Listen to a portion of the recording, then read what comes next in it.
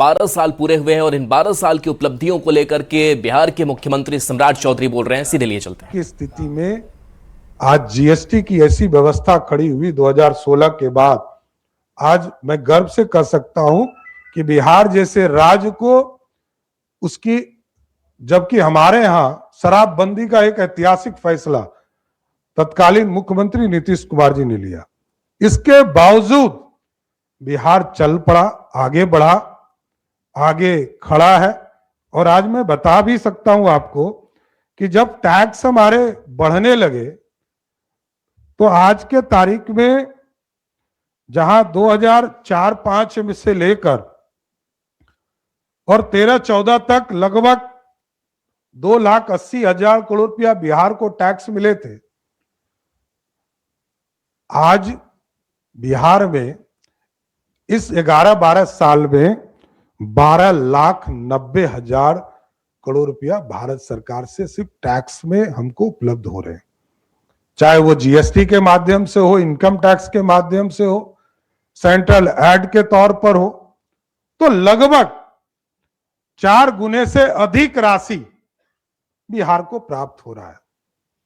और इसी तरह अभी जो हम बजट बनाते हैं, 3,17,000 करोड़ का बजट होता है, उसमें हमारी हिस्सेदारी तो 60,000 करोड़ ही है। रेस्ट राशि तो लगभग 2.5 लाख करोड़ के आसपास हम लोग अपने संसाधन ये भारत सरकार से मिलता है, उसके बाद हम अपना जुटाने का काम करते हैं। कई मीडिया हाउस के माध्यम से मैंने देखा, लोगों ने चर्चा किया कि 72,000 करोड़ लोन लिया हमने, पिछले साल 58,000 करोड़ लिया था, उसके पिछले साल 55,000 करोड़ लिया था। यह भी चर्चा किया कीजिए, क्योंकि सरकार को चलाना है और सरकार लगातार इस व्यवस्था के साथ बिहार को बढ़ा रही है और रीपेमेंट भी हम कर रहे हैं। भारत सरकार से भी लोन हम लेते हैं, इंटरेस्ट फ्री हमको लोन मिलता है, वहां से भी उसकी भी पूरी व्यवस्था है। प्रत्येक साल लगभग 20,000 करोड़ रुपए तक का विंडो हम लोगों को दिया जाता है भारत सरकार से, कभी 13,000, कभी 15,000, कभी 20,000 करोड़ रुपया, जो भारत सरकार से लगातार हमको प्राप्त हो रहे। इसलिए बिहार और भारत दोनों की अर्थव्यवस्था को लगातार मोदी जी के नेतृत्व में और तत्कालीन मुख्यमंत्री नीतीश कुमार जी में आगे बढ़ते रहे।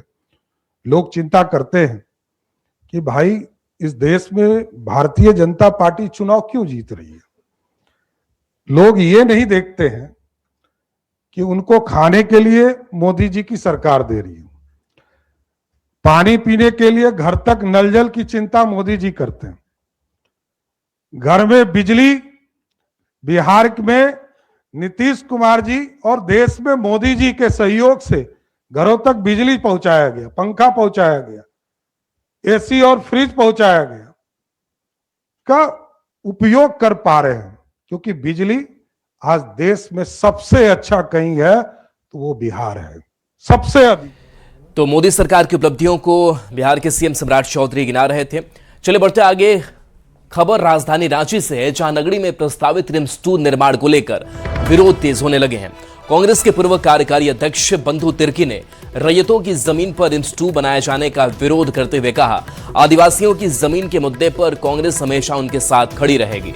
रिम्स 2 कहीं भी बनाया जाए, लेकिन रैयतों को उजाड़ कर नहीं। बंधु तिर्की ने मुख्यमंत्री से इस मामले में संवेदनशीलता दिखाने और प्रभावित ग्रामीणों के साथ संवाद स्थापित करने की अपील की। साथ ही उन्होंने कहा कि सरकार को यह नहीं भूलना चाहिए कि आदिवासियों के आशीर्वाद से आज सत्ता में है और पदाधिकारियों को मुख्यमंत्री को गुमराह नहीं करना चाहिए।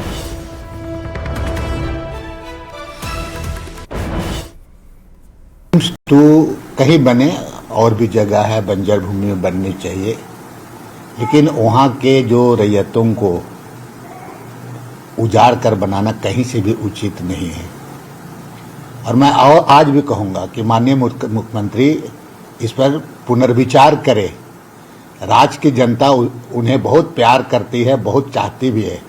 उनके संकट काल में सारे लोग आदिवासी सड़क पर उतरे और उनके लिए दुआएं भी किया। मैंने एक तरफ से बहुत भारी बहुमत से सरकार भी बनी, माननीय मुख्यमंत्री जी ऐसे नेता के, महान नेता के पुत्र हैं जो कभी जल जंगल जमीन से गुरुजी समझौता नहीं किए। चाईबासा से बड़ी खबर, जहां सड़क हादसे में स्कूल बस का इंतजार कर रही 3 स्कूली बच्चियां घायल हो गई। दरअसल आयता में कार और ट्रक की जोरदार टक्कर के बाद सड़क किनारे दुकान के पास बैठी बच्चियां इसकी चपेट में आ गई। हादसे में गंभीर रूप से घायल एक बच्ची को बेहतर इलाज के लिए चाईबासा सदर अस्पताल से जमशेदपुर रेफर किया गया है, जबकि 2 अन्य बच्चियों को प्राथमिक इलाज के बाद घर भेज दिया गया है। घटना से नाराज ग्रामीणों ने करीब 1 घंटे तक सड़क जाम कर विरोध प्रदर्शन किया, जिससे वाहनों की लंबी कतार लग गई। एक जन को गंभीर लगा हुआ है, ज्यादा ही लगा हुआ है। अच्छा, गंभीर कौन सी बच्ची को लगा है? अनुष्का कुमारी पान। अच्छा, यहाँ डॉक्टर क्या बोले? डॉक्टर रेफर कर रहे हैं यहाँ से। सिमडेगा से बड़ी खबर है, जहां अग्रम्मा के समीप हुए भीषण सड़क हादसे में मृतकों की संख्या बढ़कर अब 6 हो गई है। हादसे में गंभीर रूप से घायल 5 साल के उमैर नवाज ने रांची में इलाज के दौरान दम तोड़ दिया। मासूम की मौत की खबर के बाद परिजनों में कोहराम मच गया है। जानकारी के मुताबिक एक परिवार स्कॉर्पियो में सवार होकर लोहरदगा से लसिया की ओर जा रहा था। इसी दौरान अग्रम्मा के पास गाड़ी बेकाबू होकर पेड़ से टकरा गई। दुर्घटना इतनी भयावह थी कि स्कॉर्पियो बुरी तरह से क्षतिग्रस्त हो गई। खबर गोड्डा से, जहां बसंत राय थाना क्षेत्र के कोरियाना गांव में अवैध शराब तस्करी को लेकर देर रात हंगामा खड़ा हो गया। ग्रामीणों ने बिहार ले जाई जा रही शराब की खेप के साथ कुछ तस्करों को पकड़ा। ग्रामीणों का आरोप है कि रोकने पर तस्करों ने पिस्टल निकालकर धमकाया और पुलिस को अपने पक्ष में होने की बात कही। ग्रामीणों का यह भी आरोप है कि सूचना देने के बावजूद पुलिस करीब 2 घंटे बाद मौके पर पहुंची। पुलिस ने एक आरोपी को हिरासत में लेकर शराब से भरी एक पेटी और मोटरसाइकिल जब्त की है। मामले की जांच जारी है, जबकि ग्रामीणों ने निष्पक्ष कार्रवाई की मांग की है। राजधानी रांची की उभरती क्रिकेटर पलक सिंह का चयन भारतीय महिला अंडर 19 क्रिकेट टीम में हुआ है। पलक अब श्रीलंका के खिलाफ होने वाली सीरीज में देश का प्रतिनिधित्व करती नजर आएंगी। बाएं हाथ की बल्लेबाज और तेज गेंदबाज पलक ने महज 12 साल की उम्र में क्रिकेट खेलना शुरू किया था और सिर्फ 5 साल के भीतर भारतीय टीम में जगह बनाकर अपनी प्रतिभा का लोहा मनवाया है। खास बात यह है कि पलक को महेंद्र सिंह धोनी से भी कई बार टिप्स लेने का मौका मिला है। पलक की यह उपलब्धि न सिर्फ रांची बल्कि पूरे झारखंड के लिए गर्व का पल है। दुनिया की बात करें तो झारखंड का नाम अब तक हॉकी, तीरंदाजी और फुटबॉल में दुनिया भर में फेमस हो चुका है, लेकिन आज हम बात करेंगे क्रिकेट की। बिल्कुल, अब झारखंड की बेटियां क्रिकेट में भी राष्ट्रीय टीम में दस्तक देने लगी हैं। जी हमारे साथ यहाँ पर जो है अंडर 19 जो भारतीय टीम है उसमें सिलेक्शन हुआ है रांची की पलक सिंह का। और बता दें कि भारतीय टीम में शामिल होने वाली पलक सिंह फिलहाल अंडर 19 में पहली खिलाड़ी हैं। पलक, तुम्हारी उम्र कितनी है? 17 साल। 17 साल। तो जाहिर है कि जैसे ही पलक का सिलेक्शन अंडर 19 भारतीय टीम में हुआ तो ये बधाइयों का सिलसिला शुरू हो गया। पलक, सबसे पहले अभी तो ढेर सारे कॉल्स आ रहे होंगे आपके पास। हाँ जी, आ रहे हैं। तो सबसे पहले पलक ये बताइए कि पलक क्रिकेट में बल्लेबाजी करती है या गेंदबाजी करती है? ऑलराउंडर। पहले गेंदबाजी या क्या? पहले गेंदबाजी। अच्छा पलक, ये बताइए जैसे मान लीजिए कि क्रिकेट, अभी आपकी उम्र 17 साल है, आपने क्रिकेट खेलना कब से शुरू किया? 12 साल। 12 साल से। तो 12 साल में यानी 5 साल आपका क्रिकेट खेलना महज हुआ है। हाँ। अब 5 साल में ही पहुंच गए राष्ट्रीय टीम में। हाँ जी। इसके पीछे वजह है कि दिन रात मेहनत, नाइट प्रैक्टिस, मॉर्निंग प्रैक्टिस, हर दिन हर समय प्रैक्टिस, तो उसका फिर तो एक बल्ले, जब पलक आप तो लेफ्ट हैंडर बैट्समैन है, तो वास्तव में आपके आइडियल कौन है टीम में? आइडल जैसे बहुत से प्लेयर हैं, मतलब बहुत से प्लेयर को पसंद करते हो। वैसे सारे प्लेयर अच्छे लगते हैं। विराट कोहली की ड्राइव, हर एक पैसिफिक प्लेयर जिनके शॉट्स पसंद है। लेफ्ट हैंडर बल्लेबाज है तो जाहिर है कि लेफ्ट हैंडर कोई बल्लेबाज इंडियन टीम का। हाँ, स्मृति मंदाना। स्मृति मंदाना आपकी फेवरेट है। अच्छा, गेंदबाजी में कौन? गेंदबाजी में हार्दिक पांड्या। जाहिर है कि भारतीय अंडर 19 टीम में जब पलक का सिलेक्शन हुआ है तो जल्द ही आप पलक को IPL में भी खेलते हुए देख सकते हैं, क्योंकि पलक के पास हुनर है बल्लेबाजी का भी और गेंदबाजी का भी। संजय कुमार सिन्हा, न्यूज़ 18, रांची। खबर रांची से है, जहां कांग्रेस ने केंद्र सरकार के खिलाफ बड़े आंदोलन की तैयारी शुरू कर दी है। बढ़ती महंगाई, भ्रष्टाचार, पेपर लीक और किसानों की समस्याओं को लेकर कांग्रेस बड़ा हल्ला बोल करने वाली है। कांग्रेस के राष्ट्रीय अध्यक्ष मल्लिकार्जुन खड़गे के साथ हुई बैठक के बाद सभी प्रदेश इकाइयों को आंदोलन की तैयारी करने का निर्देश दिया है। कांग्रेस के पूर्व प्रदेश अध्यक्ष राजेश ठाकुर ने बताया कि अगले 3 महीनों की कार्य योजना बनाकर राष्ट्रीय नेतृत्व को भेजी जाएगी। वहीं कांग्रेस नेता बंधु तिर्की ने कहा कि आंदोलन में केंद्र सरकार के साथ साथ राज्य से जुड़े मुद्दे भी उठाए जाएंगे। यहाँ नीट जैसा मामला, चाहे जमीन जैसा मामला, जितने भी तरह के मामला को लेकर के, तो ये बहुत सारी चीजें हैं और यहाँ पर हम लोगों को ऐसे मामले को लेकर के हम कांग्रेस पार्टी यहाँ पर सड़क पर निश्चित रूप से उतरेंगे और इस पर हम लोग संघर्ष करेंगे। इस तरह से नीट के पेपर लीक हुए, सीबीएसई में घोटाला हुआ, जो इंडो यूएस डील से महंगाई चरम पर है, पेट्रोल डीजल गैस की कीमतें आसमान छू रही है, तो ऐसे में हम लोगों का दायित्व बनता है कि जनता की आवाज को बुलंद करे और आदरणीय राहुल गांधी जी का स्पष्ट मानना है कि नरेंद्र मोदी की छुट्टी करनी है। अब खबर है जमशेदपुर से, जहां मंत्री इरफान अंसारी के बयान को लेकर राजनीतिक विवाद तेज हो गया है। जमशेदपुर पूर्व विधायक पूर्णिमा साहू ने मंत्री इरफान अंसारी पर हमला बोला और उन पर अपने विभाग को ठीक से न संभालने का आरोप लगाया। उन्होंने कहा कि वे केवल मीडिया में बने रहने के लिए उटपटांग बयान दे रहे हैं। जोहार, रामायण में एक श्लोक है, जाकी रही भावना जैसी प्रभु मूरत देखी तिन तैसी। कुछ ऐसी ही हालत झारखंड के बड़बोले और निकम्मे स्वास्थ्य मंत्री इरफान अंसारी जी की है, जिनसे खुद तो अपना विभाग संभल नहीं रहा है, आए दिन उटपटांग बातें करके मीडिया में बने रहने की इनकी आदत सी हो गई है। अब खबर दुमका से है, जहां बीजेपी प्रदेश उपाध्यक्ष भानु प्रताप शाही ने राज्य सरकार पर निशाना साधा और बांग्लादेशी घुसपैठ के मुद्दे पर जेएमएम सरकार को घेरा। भानु प्रताप शाही ने कहा कि संथाल परगना की डेमोग्राफी तेजी से बदल रही है। उन्होंने दावा किया कि संथाल परगना में आदिवासियों की आबादी 46% से घटकर 26% रह गई है। शाही ने कहा कि यदि अवैध घुसपैठ पर रोक नहीं लगी तो आने वाले 20 सालों में आदिवासी समुदाय के अस्तित्व पर गंभीर संकट खड़ा हो जाएगा। और ये हमारे आत्मा पर चोट के समान है। अगर डेमोग्राफी चेंज हो रहा है, घुसपैठिए आ रहे हैं, हम उसको आश्रय दे रहे हैं किसी भी कारण से, तो यह देश के प्रति गद्दारी भी है और जो लोग आ रहे हैं, घुस गए हैं, वो देश के गद्दार हैं। खबर रामगढ़ से है, जहां रजरप्पा क्षेत्र में हाथियों के झुंड पहुंच गया है। वन विभाग की क्विक रिस्पांस टीम ने देर रात मशाल जलाकर और सायरन बजाकर हाथियों के झुंड को खदेड़ दिया। हुटुकदाग क्षेत्र से सुरक्षित जंगल की तरफ हाथियों के झुंड को खदेड़ा गया। 12 से 15 हाथियों के इस झुंड में कई बच्चे भी शामिल हैं। फिलहाल यह झुंड रजरप्पा के प्यारा बेड़ा जंगल के पास मौजूद है। वन विभाग की तरफ से लोगों को सतर्क रहने की सलाह दी गई है। तो ये तस्वीर आपको दिखा रहे हैं, जहां पर क्विक रिस्पांस टीम ने हाथियों के झुंड को खदेड़ा है। हाथों में मशाल, सायरन की आवाज, इसके साथ साथ लोगों को सतर्क रहने की भी सलाह दी गई है, क्योंकि हाथियों को हालांकि दूर सुरक्षित जगह जंगल में छोड़ दिया गया है, लेकिन इसके बावजूद हाथियों की अगर चहलकदमी बढ़ती है या फिर वो लौट आते हैं तो ऐसे में ग्रामीणों से कहा गया है कि वो सतर्क रहें, सावधान रहें और किसी भी आहट के साथ वो पहले से ज्यादा सतर्क हो जाए, हाथियों के पास बिल्कुल भी ना जाए। खबर गिरिडीह से है, जहां जमुआ प्रखंड के कुम्हारगढ़िया गांव के किसान इन दिनों भिंडी की गिरती कीमतों से परेशान है। कृषि प्रधान इस गांव की अधिकांश आबादी खेती पर निर्भर है। गांव में करीब 20 एकड़ क्षेत्र में भिंडी की खेती होती है, लेकिन किसानों को बाजार में मात्र 3 से 4 रुपए प्रति किलो का भाव मिल रहा है। संवाददाता एजाज अहमद की इस रिपोर्ट को दिखाते हैं।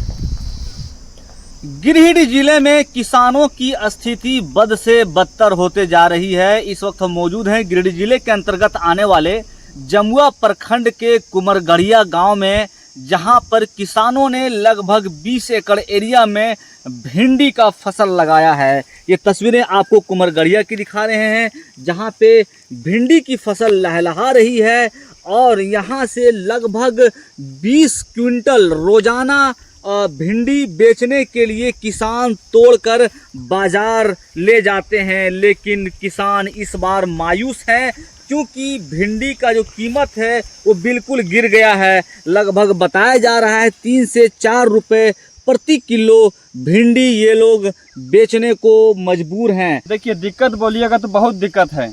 जब हम लोग दाना खरीदने के लिए जाते हैं तो ये दाना 6,000 रुपये किलो हम लोग खरीदते हैं, लेकिन जब भिंडी बेचने की बारी आती है तो वही भिंडी को हम लोग 3 रुपये 4 रुपये किलो बेचते हैं। लेकिन सबसे ज़्यादा दुख तब होता है जब हम लोग सिंचाई करने के लिए डीजल को लाने के लिए जब पेट्रोल टंकी पर जाते हैं तो वहाँ पर डब्बा में देने के लिए मना कर देते हैं। वहीं दूसरी तरफ हम लोग कृषि प्रधान वाले गांव के लोग हैं, लेकिन हम लोग खेती करने के लिए बिजली की सुविधा अभी तक खेत तक नहीं पहुंची है। इन लोगों को दिक्कतें हो रही है सिंचाई को लेकर के, सब्सिडी को लेकर के।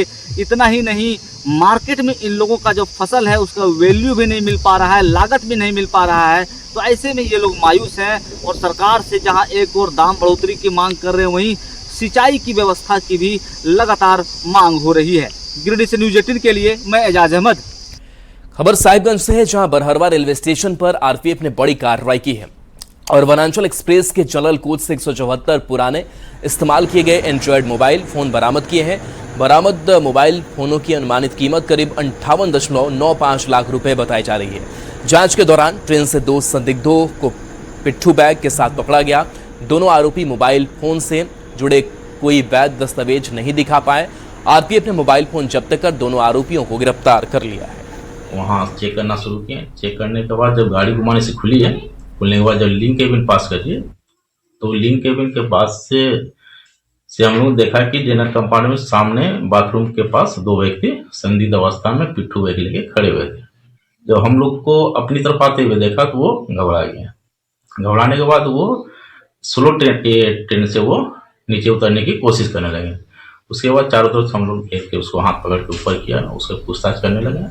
पूछताछ करने के बाद उन्होंने अपना बताया कि हाँ, हम लोग पिट्ठू बैग में जो है मोबाइल है, हम लोग रांची से इस मोबाइल को लेके आ रहे हैं, जिसको कलियाचक में बेचते हैं। बात करते हैं मौसम से जुड़ी खबर की। झारखंड में आज भी मौसम का मिजाज बिगड़ा हुआ रह सकता है। मौसम विभाग ने प्री मानसून गतिविधियों को देखते हुए रांची समेत राज्य के 18 जिलों के लिए ऑरेंज अलर्ट जारी किया है। आईएमडी के अनुसार 50 से 60 किलोमीटर प्रति घंटे की रफ्तार से तेज आंधी चलने के साथ बारिश और वज्रपात की भी संभावना है। गुरुवार को ही झमाझम बारिश के कारण राजधानी के कई निचले इलाकों में जल जमाव की स्थिति बन गई थी। ऐसे में आज होने वाली बारिश लोगों की परेशानी और बढ़ा सकती है।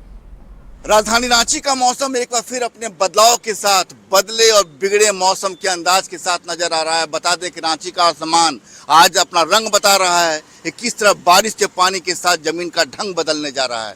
बता दें कि राजधानी रांची में आज साइक्लोनिक सर्कुलेशन कहें या प्री मानसून का असर कहें, उसका असर ऐसा है कि राजधानी रांची समेत 18 जिलों में आज भी ऑरेंज अलर्ट जारी किया गया है। मौसम विभाग का यह भी पूर्वानुमान है कि 50 से 60 किलोमीटर प्रति घंटे की रफ्तार से हवा चलेगी, आंधी चलेगी। कल तो बहुत ही खौफनाक मौसम था, बहुत ही सब तरफ एकदम काला काला बादल हो गया था, बहुत तेज आंधी तूफान आ रहा था और पानी भी इतना जोर से बरस रहा था कि लग रहा था कि छूटेगा है नहीं, है ना, और पूरा मूसलाधार बारिश हो रहा था। हाँ, देखिए एक बार आपको रंग दिखा दे आसमान का, कि आसमान का रंग बता रहा है कि आज भी रांची की जमीन का ढंग बदल सकता है। समझ जाइए कि सुबह का समय है, आसमान में हल्के बादल हैं, भले आसमान आपको नीला नज़र आ रहा हो, लेकिन प्री मानसून ने अपना कमाल दिखाना शुरू कर दिया है और असर ऐसा है कि पलक झपकते ही रांची का मौसम बदल जाता है। और जब मौसम बदलता है तो फिर गमले गिरने लगते हैं, बड़े बड़े पेड़ गिरने लगते हैं और असर ऐसा होता है कि आपको निचले इलाके में बारिश का पानी घुसने लगता है। कुल मिलाकर परेशानी की तस्वीर मानसून के इस महीने में देखने को मिल सकते हैं। फिलहाल प्री मानसून अपने असर के साथ अपना रंग दिखा रहा है। संजय कुमार सिन्हा, न्यूज़ 18 रांची। खबर रामगढ़ से है, जहां कुल 6 बालू घाटों की बंदोबस्ती कर दी गई है। इनमें से दामोदर नदी पर बने सिरका, पैकी और टोकी सूद वन बालू घाटों को इसी और प्रदूषण नियंत्रण बोर्ड की अनुमति भी मिल चुकी है। इन घाटों की बंदोबस्ती से खनन विभाग को 8 करोड़ 47 लाख रुपए का राजस्व प्राप्त हुआ है। वहीं 10 जून से लागू एनजीटी की रोक को देखते हुए 2.5 लाख घनफुट बालू का भंडारण किया गया है।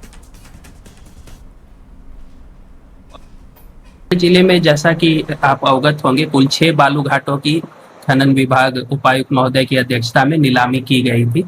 सिरका, पैकी, टोकी सूद 1, टोकी सूद 2, लइयो और हेसापोड़ा। इन 6 बालू घाटों में 3 बालू घाट के बाबत ईसी और सीटीओ प्राप्त हो गया है। सिरका, पैकी और टोकी सूद 1, इन तीनों घाटों की बंदोबस्ती उपायुक्त महोदय के आदेश के द्वारा कर दी गई है। डीड का निष्पादन और निबंधन कर दिया गया है और अभी यहाँ से उठाव चालू है। जिले में 6 बालू घाटों की नीलामी के बाद बंदोबस्ती कर दी गई है। इसमें से 3 बालू घाटों का ईसी और सीबीओ जो है मिल गया है। इसमें पैंकी, सिरका और टोकीसुद 1 घाट का जो ईसी और सीबीओ मिल चुका है और इन बालू घाटों से रामगढ़ जिला खनन विभाग को 8 करोड़ 47 लाख रुपए के राजस्व की प्राप्ति होगी। इधर 10 जून से 15 अक्टूबर तक एनजीटी लागू होने के बाद नदियों से बालू का उठाव बंद कर दिया गया है। फिलहाल जो है यहाँ पर 2.5 लाख घन फुट बालू का यहाँ पर भंडारण कर लिया गया है। जब ज़रूरत के हिसाब से लोगों को वहाँ स्टॉक से बालू दिया जाएगा।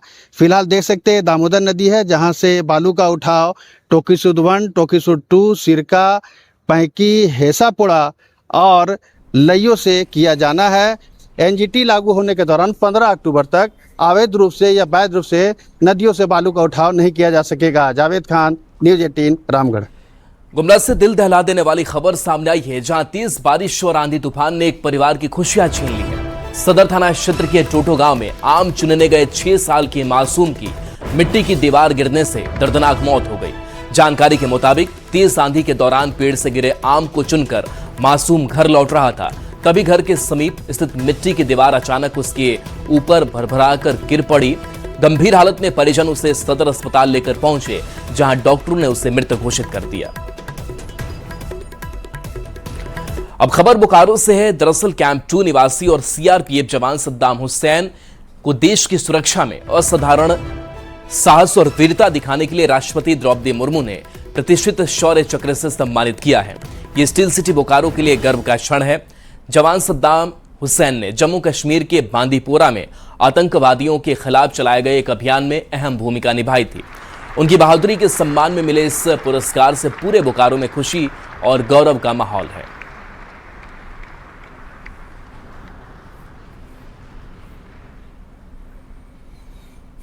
मिली कि फॉरेन के कुछ टेररिस्ट जो कि हमारे एरिया के अंदर घुस चुके थे और उसी नुकसान से बचने के लिए जैसे हमें जानकारी मिली हम अपने टीम के साथ वहां गए और जाने के बाद वो ऑपरेशन को सक्सेस किए और 25 मीटर की दूरी में ही आतंकवादी को मार के गिराए। कौन था वो आतंकवादी जो था वो बाहर का था, एफटी था।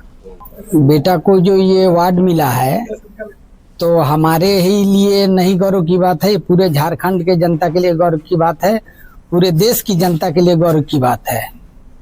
और हमारा बेटा सीमा पर है, दुश्मनों को सफाया कर रहा है। इससे बड़ा एक बाप के लिए क्या चाहिए।